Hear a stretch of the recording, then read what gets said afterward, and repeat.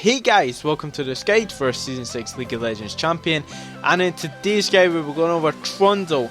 You should never play Trundle support, he's an absolute troll. You should never troll in the support role, haha, I'm just kidding. He is fantastic for the support role, he's made for the support role.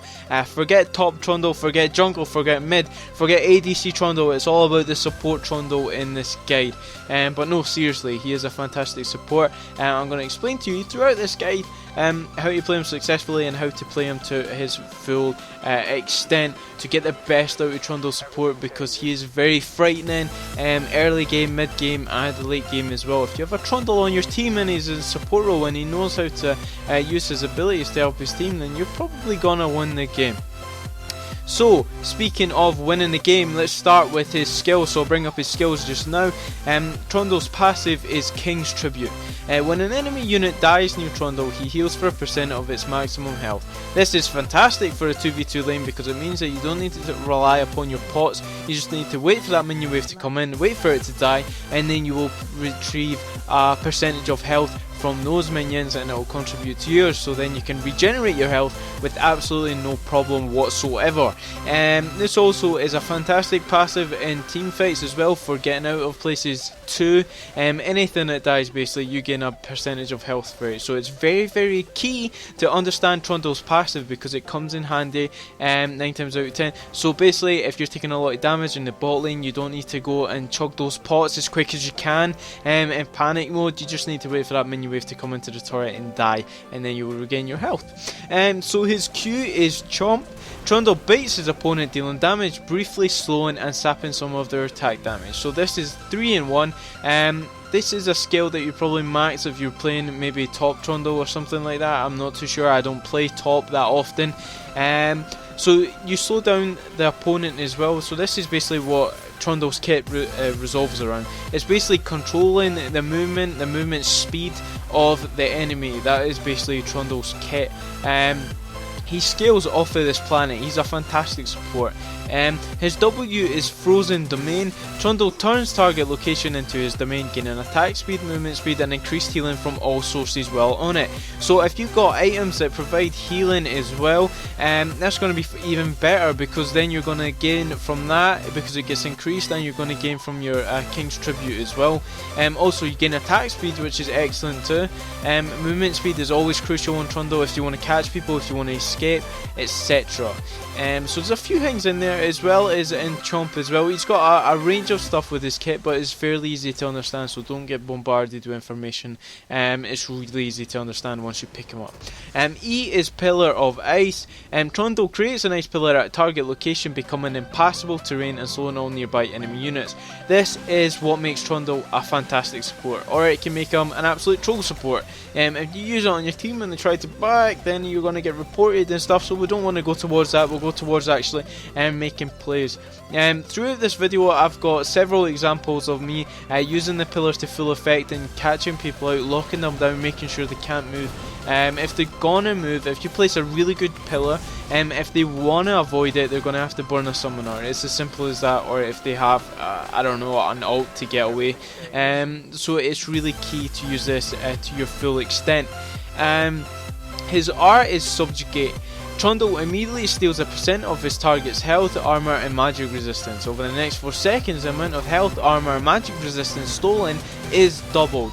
So this should only be cast on the most tankiest person on the enemy team. If you cast it on a Twitch compared to maybe you got a Nautilus next to him, you ain't gonna get any resistances really, because what's Twitch got? He's maybe got armor runes and magic glyphs runes. He's not got any items that's going to benefit you, or he doesn't scale that well either. So it basically means that you need to cast this on the tankiest person possible, and if there isn't a tanky person around, then you know, you should hold on to it, you shouldn't cast it. However, there'll be situations where you make panic and use it because you don't understand it, but with this guide hopefully you understand it a bit more. So basically it steals all the resistances that you could imagine, the health, etc., and it makes you even more phenomenal and unstoppable. The later the game goes, like I said, Trundle scales in an absolute monster. You basically can rename him to the Hulk. he's fantastic. He soaks up so much damage. He is impossible to die once he's got maybe, I don't know, 1 or 2 items. But I'll go over that when I get to the item.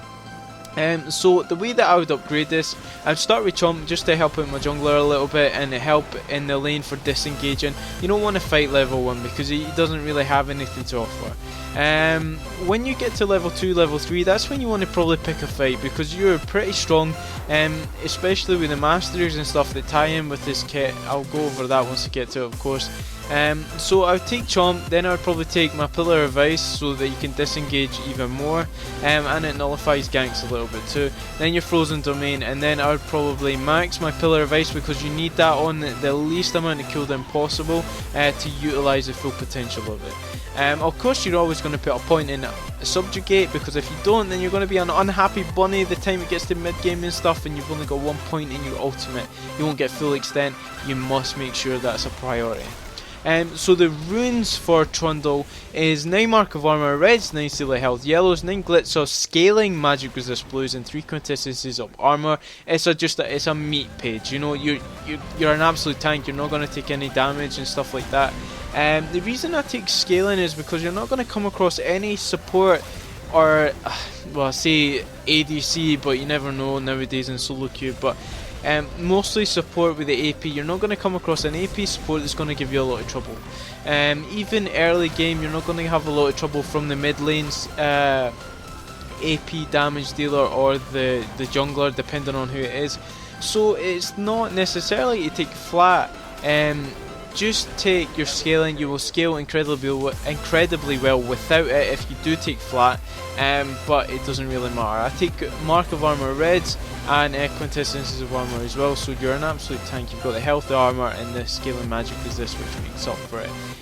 So that's a basic rune page there. You can experiment, go change it to suit your needs. If you want to become an absolute carry lord, you can change that to damage if you want, but this carries on its own, trust me people.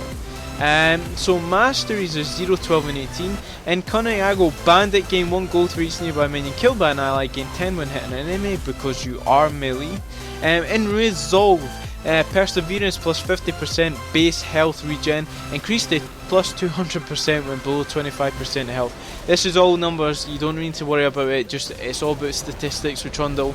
He's phenomenal, it's all you need to know. We're going to have a little bit of trouble actually getting to them, so I find this is better than Legendary Guardian, although you can assess for yourself and decide. Your keystone mastery for this one is Bond of Stone, plus 4% damage reduction, 6% of the damage from enemy champions taken by the nearest allied champion is dealt to you instead. Damage isn't redirected if you're below 5% of your maximum health. This is incredible on Trundle because you're so tanky you barely will notice if you take any damage. It's incredible for keeping your allies alive and providing a lot of peel as well, and that's all you really need to know for that keystone mastery.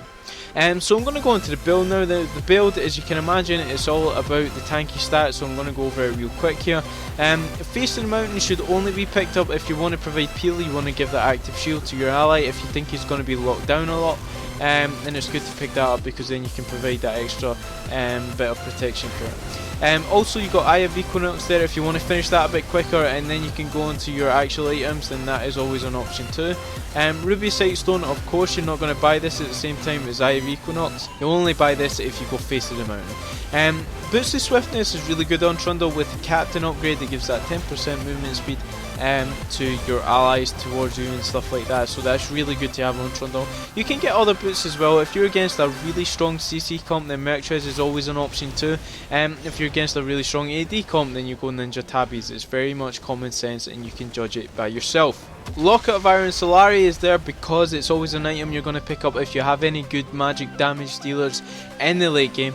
It will keep you safe, keep your allies safe as well, and it scales incredibly well on Trundle as well because it has the health and stuff with it too.